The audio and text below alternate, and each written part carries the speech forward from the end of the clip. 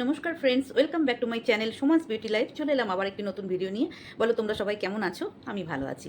চলো আজকে কত তারিখ বলো তো বন্ধুরা? আজকে হচ্ছে 19 তারিখ। সেই 19শে এপ্রিল কী ডেট ছিল? আমাদের গামলার আজকে একটা হিয়ারিং ছিল কোর্টে। কোথায়? রানাঘাটে। সেই রানাঘাটে কোর্টে আসতে পারেনিও, আসেনি এবং জয় ঘোষণা করে দিয়েছে যে আমি জয়ী হয়ে গেছি। কোথায় দেখো, আমি এইখানে বাড়িতে আছি। এখন কটা বাজে? 2টো বাজে, তাই না গামলা? ও আচ্ছা, এই কেসটা জানতে পারলাম বন্ধুরা। এই কেসটা আমাদের সন্দীপ ভাই কত মানে কী ব্যাপারে করেছিল, হয়তো আমার ভিউয়ার্সরা, আমার বন্ধুরা জানেন না, সেই জন্য আমি বলে দিই। যেটা আমি ভিডিও মারফত জানতে পারলাম, কারোর না কারোর ভিডিও থেকেই জানতে পারলাম। কারণ কি, আমার সাথে কারোর পার্সোনাল কোনো কানেক্ট নেই যে আমি ফোন করে বা কিছু মাধ্যমে আমি কিছু জানতে পারবো। আমি কারোর না কারোর ভিডিও দেখে সেখান থেকে কিছু তথ্য পাই, সেটাই আমি আমার ভিউয়ার্সদের কাছে পরিবেশন করি। আচ্ছা, এই কেসটা করেছিল সন্দীপ যে এই গামলার নাকি আগে একটা বিয়ে ছিল, মানে সন্দীপকে বিয়ে করার আগে একটা বিয়ে ছিল। হ্যাঁ, আমি একটু কানাঘুষো শুনেছিলাম এর আগে, বাট কনফার্ম ছিলাম না যে ব্যাপারটা কতটা সঠিক, সেই জন্য আমি কোনোদিন বলিনি। যখন এটা নিয়ে কেস হয়েছে, তো এই কেসটা যখন হয়েছে, তার মানে ডালমে তো কুছ কালা হ্যায়, তার মানে ডালমে ডালমে তো কুছ কালা হ্যায়। তো ওকে যে বিয়ে করেছিল সেটা একমাত্র ওর পাড়াপড়শির লোকেরাই, আশেপাশের লোকেরাই মোটামুটি জানবে, হ্যাঁ তাই না? তো খুব একটা কষ্ট হবে না এটা প্রমাণ করতে, আমার মনে হয় সন্দীপের কিন্তু গামলা ভয় পেয়ে গেছে। গামলা, এত ভয় পেয়ে গেলি? তোর ওই ডাকাত আর চোরটা, যে নাগরটাকে রেখেছিস, হ্যাঁ ওটা তো ধুরন্ধর চোর ডাকাতও ভয় পেয়ে গেছে। দেখ সন্দীপের কত দম, দেখলি তো, দেখিয়ে দিল।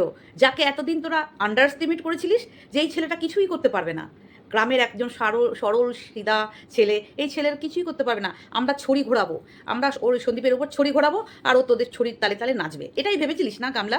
এটাই ভেবেছিলিস? আচ্ছা, আর তারপরে আরেকটা কেস, সেটাতেও যেতে গেল না, আজকে গেল না, দম নেই যাওয়ার। আচ্ছা তুই বলতো কতদিন তুই এরকম আটকে থাকবি? এই একটার পরে একটা কেস ডেট আসতেই থাকবে, কতদিন? যেতে তো তোকে হবেই, আজ নয়তো কাল। এই যে তোকে কেসের হুমকি দেখেছিলিস না?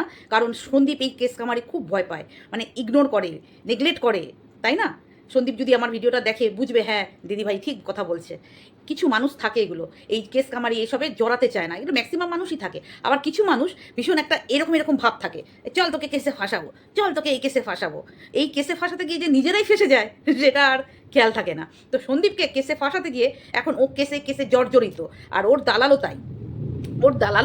দালাল ভাবছে যে আমি একা কেন কেসে এরকম জর্জরিত হবো, চল আমার দলে কেউ আসুক। তো তার গুরুদেবকে নিয়ে, গুরুদেব মানে এই গামলা, বস গুরু মানে প্রভু যে সকালবেলা পটি করে সেই পটিটাই তো চাটে, তাই না? পটি খেয়েই ওর, লোকের পটি খেয়েই ওর পেট ভরে যায়, ওর খাবার খাবে কি? তো যাই হোক, দালালের প্রসঙ্গটা পরে আসছে, আগে গামলারটা বলে নি। তো গামলা ছেলে নেওয়ার প্রসঙ্গ তো পরে, আগে তো তুই এইটা হিল্লে কর যে তুই আগে একবার বিয়ে করিসনি। সেই বিয়েটা বাড়ি থেকে হয়তো হয়তো মেনে নেয়নি, বা ছেলেটা তখন হয়তো কিছু করতো না। পরে তো ওই যখন ওই কোন এক জাহাজে গেল, সেখান থেকে লোহা লক্কর চুরি করে আনলো, চোর তো। তুই যে নাগরের হাতটা ধরেছিস ওটা তো চোর, ঠিক আছে? কারণ আমরা ভিডিওতেই তো শুনেছি, এর ভিডিও, তার ভিডিও, আরস ভাইয়ের ভিডিও, অনেকের ভিডিও থেকে খুললেই শোনা যায় যে তোর ওই নাগরটা চোর। তো তুই একটা চোরকে ধরেছিস, তো তখন তো বুঝিসনি, প্রথমে একবার তার সাথে বিয়ে করেছিস, তখন ও কিছু করতো না। হ্যাঁ, অল্প বয়সে যে তোর কত এইটা পেকে গেছিল রে, কত অল্প বয়সে তোর এটা পেকেছে বলতো? হ্যাঁ, কোন পর্যন্ত পড়েছিস? 8 না 7? কোন বয়স থেকে তুই এইসব ছেলের এই লফড়াতে জড়িয়েছিস? হ্যাঁ, তো যাই হোক, তো তুই তো লফড়াতে জড়াবি। দেখ, তোর বাবা অন্য জায়গায় সংসার বেঁধেছে, শুনলাম ওয়াইটি থেকেই শুনলাম। তোর বাবা অন্য জায়গায় সংসার বেঁধেছে, আর আমাবস্যা কোথায়, চন্দ্র সূর্যর এদিকে ঘুরে বেড়াচ্ছে। তা তোর বাড়িতে যখন তোর বাবা মাই এরকম, তা তুই আর কোথা থেকে ভালো হবি বল? আর সন্দীপদের দুর্ভাগ্য যে তোদের মতো একটা ফ্যামিলির মেয়েকে ওরা আনফর্চুনেট ওরা ওদের বাড়িতে ঢুকে গেছে। আর এই যে সিচুয়েশনটা এখন ওরা হ্যান্ডেল করছে না, এর জন্য একমাত্র দায়ী হচ্ছিস তুই। 5টা বছর ওর জীবন থেকে কেড়ে নিয়েছিস তুই, একটা ছেলের জীবন থেকে 5টা বছর তুই কেড়ে নিয়েছিস। এর শাস্তি তো তোকে পেতে হবে ভাই, এর শাস্তি তোকে পেতেই হবে, আজ নয় তো কাল, ঠিক আছে? তো এইটার আগে হিল্লে কর যে তুই আগে একবার বিয়ে করিসনি, এই কেসটা আগে উদ্ধার হ। তারপরে এবার যাই ছেলের কাছে। ছেলের জন্য তো অনেক কিছু, দূর দূরান্ত থেকে অনেক কিছু অনেকে হেল্প করছে। তো তুই, সন্দীপ তো আগের দিন ক্লিয়ার করেই দিয়েছে যে আগে তুই প্রমাণ কর যে তুই একজন লয়াল মাদার, এটা আগে তুই প্রমাণ কর। তুই বাড়ি থেকে বেরিয়ে যাওয়ার পর ভার্জিন তো তুই নয়। তুই যে অন্য পুরুষের সাথে আসক্ত নয়, ছিলিস না, আসক্ত না, সরি ওটা আসক্ত হবে না, ওই মানে একসাথে ইন্টিমেট তোরা হোসনি, তো সেইটা প্রমাণ করতে হবে তোকে মেডিকেল রিপোর্ট দ্বারা। তো এগুলো কিন্তু সন্দীপ করাবে তোকে। হ্যাঁ, তারপরে তুই ছেলের কথা ভাববি যে নারী নিজের হাজব্যান্ডকে ছেড়ে অন্য পুরুষের সাথে সম্পর্কে লিপ্ত হয় শারীরিক এবং মানসিক সব দিক থেকে। এবং আমরা দেখেছি ভিডিওতে চারিদিকে ঘুরে বেড়ানো, ফুল দেওয়া নেওয়া, অনেক কিছু দেখেছি আমরা, অনেক কিছু। তো তার উপর ভিত্তি করে তো একটা বাচ্চা সেখানে থাকা ভালো হবে কি থাকা মন্দ হবে সেটা তো কোর্টই বিচার করবে, তাই না? আমরা বিচার করার কি? আমরা তো মানুষ, আমরা তো আর বিচারকও নয়, আর আমরা তোমার ইয়েও নয়, তোমার ওই কী বলে, উকিলও নয়, তাই না? কোনো লয়ারও নয়। তো আমরা কিছুই নয়, আমরা আম জনতা, আম নাগরিক, আম ভিউয়ার্স।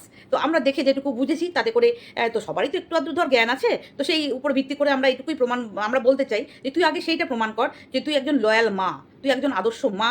তোকে অত্যাচার করে বাড়ি থেকে বার করে দিয়েছে তোর কাছে ছেলে, তুই ডিজার্ভ করিস ছেলে নেওয়ার জন্য। এইটা তুই প্রমাণ কর, তারপরে তো তোর ছেলে যাওয়া আসা, নেওয়া থাকা এগুলো বিচার হবে, তাই না? ন্যাচারালি কিন্তু মায়েরাই পায়, বাট কোন মায়েরা পায়? আমি তো বারবার বলেছি, সব সময় বলে থাকি যে কোন মায়েরা পায়। যারা অরিজিনাল মা তারা পায়। তুই তো মা নয়, তুই তো মা নয়। হ্যাঁ, তো ছেলেকে দিয়ে আর কত ভিউজ কামাবি? তুই যত ভিউজ কামাবি, যত টাকা কামাবি, ওই 1 লাখ হোক, 1.5 লাখ হোক, যত টাকার যতই ভিউজ হোক তোর, সব টাকা নিয়ে চলে যাবে ছুঁচোতে। ছুঁচো মানে কি? ওই যে বুঝলি, বড় বড় ছুঁচো এখন ওই কী বলে না, যে যাদের বাড়ি কোর্ট কেস যাদের ঢোকে, ডাক্তার উকিল এইসব যাদের বাড়িতে ঢোকে না, পিছু ছাড়ে না, জানিস তো? পিছু ছাড়ে না, পুরো পুরো নিঃস্ব করে দিয়ে চলে যায়। তো তুই যেচে পড়ে কোর্ট কাছারির হুমকি দেখিয়ে সন্দীপকে ভয় দেখাতে গেছিলিস, আর লোকের মানে নিজের বাড়ির লোককে, মানে তখন বাড়ি ছিল, এখন তোর কোনো বাড়ি নয় ওটা, হ্যাঁ? তো তুই সেইখানে তাকে গাড্ডায় ফেলতে গিয়ে তুই এখন যে নিজেই গাড্ডায় পড়ে গেছিস, এটা ভালো মতো বুঝতে পারছিস তো? বুঝতে পারছিস তো? বুঝতে পারবি। শুধু তুই নয়, মনুষ্য জাতিতে যত মানুষ আছে, আমি সহ, আমি যদি মানে বিনা কারণে নিজের দোষ থাকা সত্ত্বেও আমি নিজের দোষটাকে হাইড করার জন্যে অন্য কারোর উপর ব্লেম দিয়ে তাকে গাড্ডায় ফেলে, তাকে বিপদে ফেলে, তাকে ধ্বংস করার একটা মানসিকতা বিয়ার করি না, এই যে উপরবেলা। তুই বলছিস না তোর জন্য ভগবান আছে, হ্যাঁ নিশ্চয়ই আছে তোর জন্য ভগবান, তো সবার জন্যে ভগবান, সবার জন্যে বিচার সবারটা করবে। তো গাড্ডায় এটা কে পড়ে সেটা শুধু শুধু সেটাই দেখার অপেক্ষায় আছি আমরা, ঠিক আছে? তো আরেকটা কথা বলি গামলা তোকে, শোন। আচ্ছা, তোদের ফ্যামিলিতে তোর ওই যে ঠাম্মিটা আছে না, ওই ঠাম্মিটাকে একজন কেউ, অনেকেই, আমিও বলেছি বা অন্য কেউ বলেছে, নাচুনি। তো তোর ঠাকুমাকে বলবি শাড়িটা একটু ভালো করে পরতে। এক তো পা উঠিয়ে সবাইকে ওই নাতি নাতনিদের সামনে তার গোপনাঙ্গ দেখিয়ে দিয়েছে একদিন, 1 নম্বর। আর তোরা যে অসভ্য ফ্যামিলি থেকে বিলং করিস সেটা তো বুঝিয়ে দিই, ভিডিওর মাধ্যমে অনবরত দেখাতে থাকিস। একটা বয়স্ক 65-70 বছর বয়স তার তো ঠাকুমার, অত বড় একটা ধামড়া পড়া পেট বার করে ছোটো লোকের মতো, হ্যাঁ ওই রকম কী রে, বয়স্ক মানুষরা বয়স্ক মানুষের মতো থাকলেই ভাল লাগে। আর কথায় কথায় তো কিসে নাচ রে, কথায় কথায় গা দোলানো, কথায় কথায় পেট দোলানো, এগুলো কি কোথাকার অসভ্যতামি? হ্যাঁ, বয়স্ক মানুষরা একটু নাচ করলে বেশ জলি টাইপের লাগে, কিন্তু তোর ঠাকুমাকে ঠিক লাগে না ওরকম, একটু অসভ্য লাগে, জানিস তো? আসল কথা আমার মনে হয় তোর ঠাকুমাটাই অসভ্য, যার জন্য তোর বাবাও অসভ্য হয়েছে, আর এই অসভ্য লোকের কাছে এসে তোর মা অসভ্য হয়েছে। এই দুইজন অসভ্যের পেটে তুই জন্মেছিস, তুই অসভ্য হয়েছিস, মানে তোদের খানদানটাই পুরো অসভ্য, খানদানটাও অসভ্য। আর তোর ওই লাইফা দাদাটাও শুনেছি যে বিয়ে ঠিক হয়ে যাবার পর নাকি কোন একজন মেয়ের সাথে কি সম্পর্ক রেখেছে না কি মেসেজ করেছে কী সব শুনেছিলাম একটা। তো ওইটা আমি তাও ধরি না, তবে ধরি না, ওই বেটা ছেলে মানুষ বিয়ের ঠিক হওয়ার আগে, এখন তো আর দেখি না কিছু, তো ওইটা আমি অতটা ধরি না। বাট তুই, তোর বাবা, তোর ঠাম্মি আর তুই, 4জন তো ভাই একবারে অসভ্যের ধারী। হ্যাঁ, ক্যারেক্টারের দিক থেকে তো একদম একবার বাঁধিয়ে রাখার মতো না ফ্রেমে, তোদের পুরো ফ্যামিলিটাকে ক্যামেরা মানে বাঁধিয়ে রাখার মতো। আর তোদের এত ভিউজ হয়, এই যে 93কে দেখি, একমাত্র তোর ভিউজটা আমি দেখি যে নোংরা দেখতে মানুষ, কতজন মানুষ আসে দেখি তো এই নোংরা দেখতে। সেই জন্য এই নোংরা দেখতে মানুষ ভালোবাসে বলে দেখ তোর পথটা অবলম্বন করেছে তোর চেলা মানে তোর দালাল। মানে তুই কিছু দালালি দিস কি তাকে? হ্যাঁ নিশ্চয়ই দিস। দালালি পাওয়া ছাড়া এই যুগে কেউ কাজ করে না, বুঝলি তো? আমরা অন্য জনেও দেখেছি দালালি না পেলে কেউ কাজ করে না। দালালি পেলে গালি দিতে বসবে, দালালি পেলে গালি ইয়েকে যা বলবে তাই করবে দালালি পেলে। তো তোকে নিশ্চয়ই কিছু না কিছু দালালি দেয়। আর তো তুই তো বন অফ বটম, তুই নোংরা। কারণ এই এখন যাকে বলছি সেটা হচ্ছে দালাল। তো দালাল নতুন ফাঁদ ফেঁদে নিয়েছে যে বাড়ি থেকে বেরোবো, বাড়ি থেকে বেরোলে লোকে হুড়ুর করে দেখতে আসবে, দেখি তো একা হয়ে গেছে, ও একা চলে গেছে, শ্বশুরবাড়ি থেকে বেরিয়ে গেছে, একটা নতুন ফাঁদ, জাস্ট নতুন ফাঁদ। সন্ধ্যালাল, বয়সটা তোর থেকে অনেক বেশি, জানিস তো? তুই হয়তো আমার থেকে 1 বছর আগে ওয়াইটিতে এসছিস, কন্ট্রোভার্সি হয়তো ভালো করিস আমার থেকে, বাট তুই যা কন্ট্রোভার্সি ভালো করিস সে তো আমি দেখলাম। মানুষকে মানুষের জায়গায় রাখিস না, তুই একটা নিজে অমানুষ, আর তুই ওয়াইটির সবাইকে অমানুষ ভাবিস, যে আমার মতো বোধহয় সবাই অমানুষ। সেই অমানুষের কৃতকর্মের ফল তুই ভোগ করছিস, আর আগামী দিনেও করে যাবি। এটাই দেখ, এখনও তো অনেক কেস তোর রাস্তায় আসিতেছে, ঠিক আছে? প্রিয়ারটাও আসিতেছে, ম্যান্ডিরটাও আছে, তারপরে এদিকে কণিকারটাও আছে, এদিকে সন্দীপেরটাও আছে। দেখ কেউ তোকে ছাড়েনি, যেসব ব্লগারদের নিয়ে তুই করেছিস কেউ তোকে ছাড়েনি। তুই এমন কথাই বলিস, তোকে কেউ ছাড়েনি। না, আর তুই এই যে নতুন পত্র অবলম্বন করতে যাচ্ছে এই গামলার মতো, যে বর ছেড়ে দেবো, বরের সাথে সম্পর্ক রাখবো না, আলাদা বাড়ি ভাড়া করবো, হ্যান ত্যান, এগুলো না ওর পুরো চক্র বন্ধুরা, পুরো চক্র। মানে ও এটাকে পুরো সাজিয়েছে ব্যাপারটাকে বসে বসে, যে এই কেসটা করলে মানুষ প্রচুর খাবে, প্রচুর খাবে। ও নিজে জানে সেটা, ওর ভিডিওতেই ও বলেছে প্রচুর খাবে। তো দেখ, তোকেও সেই নোংরামির পথই বাঁচতে হলো, তাই না? যাদের নিয়ে তুই এতদিন বলেছিস, দেখ যাদেরকে তুই নোংরাতে বসানোর চেষ্টা করেছিলিস আজ থেকে 1.5 বছর আগে, কণিকা, উজ্জ্বল দেবদার, তারা এক জায়গায় দাঁড়িয়ে আছে, একভাবে একই টাইপের ব্লগ করে যাচ্ছে। না চোখ বেঁকাচ্ছে, না জিভ বার করছে, না চোখ মারছে। হ্যাঁ, তোকে চোখও মারতে হয়, তোকে জিভ বার করে ডাকতেও হয়, তোকে আই মিস ইউ লিখতে হয়, তোকে আই কিস ইউ লিখতে হয়, বলতে হয়। হ্যাঁ, এইসব তোকে করতে হয়, কণিকাকে করতে হয় এসব। কোথাও কোনো কমেন্ট এখন পর্যন্ত পেয়েছিস এই ধরনের কমেন্ট? বললাম না, গরিব আর বড় লোকের মতো ভদ্রতা সভ্যতা গায়ে লেখা থাকে না, তাদের বিহেভিয়ারেই সমস্তটা পরিচয় পাওয়া যায়। বুঝতে পেরেছিস? যাদেরকে তুই এতদিন নিচে নামানোর চেষ্টা করেছিস তারা একই জায়গায় রয়েছে, নিচে নামতে যাচ্ছিস তুই, বাড়ি থেকে খেদানো হচ্ছে তোকে। আর এই খেদানোটা তুই মোহরা হিসেবে নিয়েছিস, যে এই খেদানোটার পিছনে আমার অনেক পয়সা লুকিয়ে আছে, এই পয়সাটা আমি আর্নিং করবো। যেমনভাবে গামলা বা বেরিয়ে, ওর গামলা তো আমি আগের ভিডিওটাতেই বললাম, গামলা তো ওটা তো স্বতঃস্ফূর্ত স্পন্টেনিয়াস হয়েছে, আর তুই তো এটাকে রচনা করেছিস, রচনা করছিস। চল দেখ তো রচনাতে কতটা সাকসেস হতে পারিস তুই। তোর অনেক ভিউয়ার্স তোকে ছেড়ে চলে গেছে, বুঝতে পেরেছিস? লাইট লাগিয়েছিস, বাথরুম ঠিক করেছিস, কোনোটাই করিসনি। যেই প্রতিশ্রুতিগুলো তুই দিয়ে ওয়াইটিতে এসছিলিস, তুই ফ্যালোপিন টিউবের ছবি দেখিয়েছিলিস, তুই ট্রিটমেন্ট করতে যাচ্ছিস সেটা দেখিয়েছিলিস, ঠিক আছে? কোনোটাই আজ পর্যন্ত কোনোটাই সাকসেস রিপোর্ট কোনো ভিউয়ার্সকে দিতে পারিসনি। You are failure woman, you are failure woman, মিথ্যেবাদী, ফুলিশ একদম।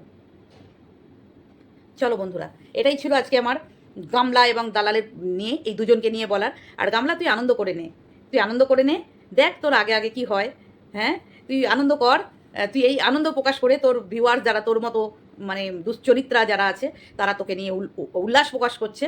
তো দেখ, একদিন উল্লাস প্রকাশ কর, জীবন থেকে একদিন তো উল্লাসটা পেলি, তারপরে দ্বিতীয় দিন কী আছে কপালে তোকেও জানি না আমরা, তাই না গামলা?